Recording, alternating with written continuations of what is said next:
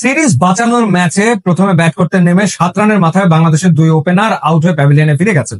ঠিক সেই সময় ক্রিজে রয়েছেন বাংলাদেশ অধিনায়ক লিটন কুমার দাস, যার সময়টা মোটেও আসলে ভালো কাটছে না এবং প্রচন্ড রকম চাপের মুখে তিনি রয়েছেন।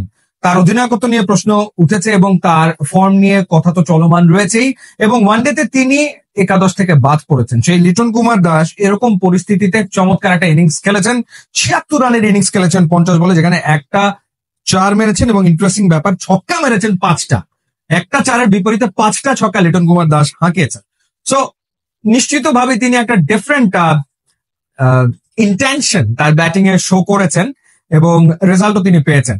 বাস্তবতা হলো যে দিনটা আসলে লিটন কুমার দাসের, যা যেভাবে করতে চেয়েছেন সেভাবে তিনি করতে পেরেছেন। হ্যাঁ, লাইভ দুটো পেয়েছেন ব্যাটিং করার সময়, 30 রানের মাথায় একটা, 56 রানের মাথায় আরেকটা, কিন্তু তিনি যে ইন্টেনশনটা নিয়ে ব্যাটিং করেছেন সেটা ছিল দুর্দান্ত, দারুণ, কোনো সন্দেহ নাই।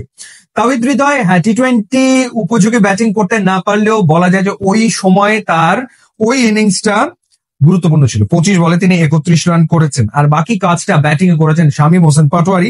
27 বলে 48 রান, 5টা 4 এবং 2টো ছক্কা হাঁকিয়েছেন। লিটন কুমার দাস 13 ইনিংস পরে তিনি টি20তে 50 দেখা পেলেন এবং বাংলাদেশ করলো 177 উইকেটে। আর বাকি কাজটা আসলে করেছে বাংলাদেশের বোলাররা। সো ব্যাটিং এর ক্ষেত্রে সফল হয়েছেন ব্যাটার লিটন কুমার দাস, আর যখন বাংলাদেশ দল বোলিং এ নেমেছে তখন সফল হয়েছে উইকেট কিপার লিটন কুমার দাস এবং ক্যাপ্টেন লিটন কুমার দাস। অর্থাৎ তিনি যা যেভাবে চেয়েছেন সেভাবেই ঘটেছে। দারুণ দুটো স্ট্যাম্পিং লিটন কুমার দাস করেছেন, দুটো ক্যাচ তিনি নিয়েছেন এবং যেভাবে করে বোলারদেরকে রোটেট করেছেন, বোলাররা সবাই সাকসেসফুল হয়েছে, সবাই উইকেট পেয়েছে। শরীফুল দারুণ বল করে দুটো উইকেট নিয়েছে। শরীফুলকে আমার খুব আন্ডার রেটেড বোলার মনে হয়, অন্যদের নিয়ে যেরকম আলোচনা হয় তাকে নিয়ে ততটা আসলে হয় না। Saifuddin picked up 2 wickets. Mustafiz 3 over bowl করে 14 রানে একটা উইকেট নিয়েছেন। রিশাদ হোসেন 3 উইকেট নিয়েছেন এবং মেহেদী হাসান মিরাজ নিয়েছেন একটা উইকেট। সো শরীফুল চান্স পেয়েছেন এই ম্যাচে, তাসকিন নেই, সে কারণে তিনি খেলেছেন এবং তিনি দারুণ বল করেছেন, দুটো উইকেট নিয়েছেন এবং মুস্তাফিজকে ফিরিয়ে আনা হয়েছে এই ম্যাচে আরো একবার এবং নাইমকে ড্রপ করা হয়েছে, নাইমকে এই ম্যাচে খেলানো হয়নি। সো বাংলাদেশ পেয়েছে বিরাট জয়। শ্রীলঙ্কা গুটিয়েছে 94 রানে, অর্থাৎ 83 রানের জয়। এর চেয়ে বড় জয় বাংলাদেশের একটাই আছে, পাপুয়া নিউগিনির বিপক্ষে বাংলাদেশ 84 রানে জিতেছিল।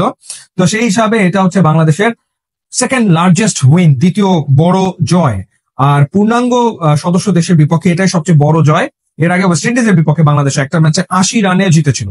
সবচেয়ে বড় ব্যাপার, বাংলাদেশ সিরিজ বাঁচিয়ে রাখলো, টিকে থাকলো। এখন দেখার ব্যাপার থার্ড টি20তে বাংলাদেশ কেমন করে।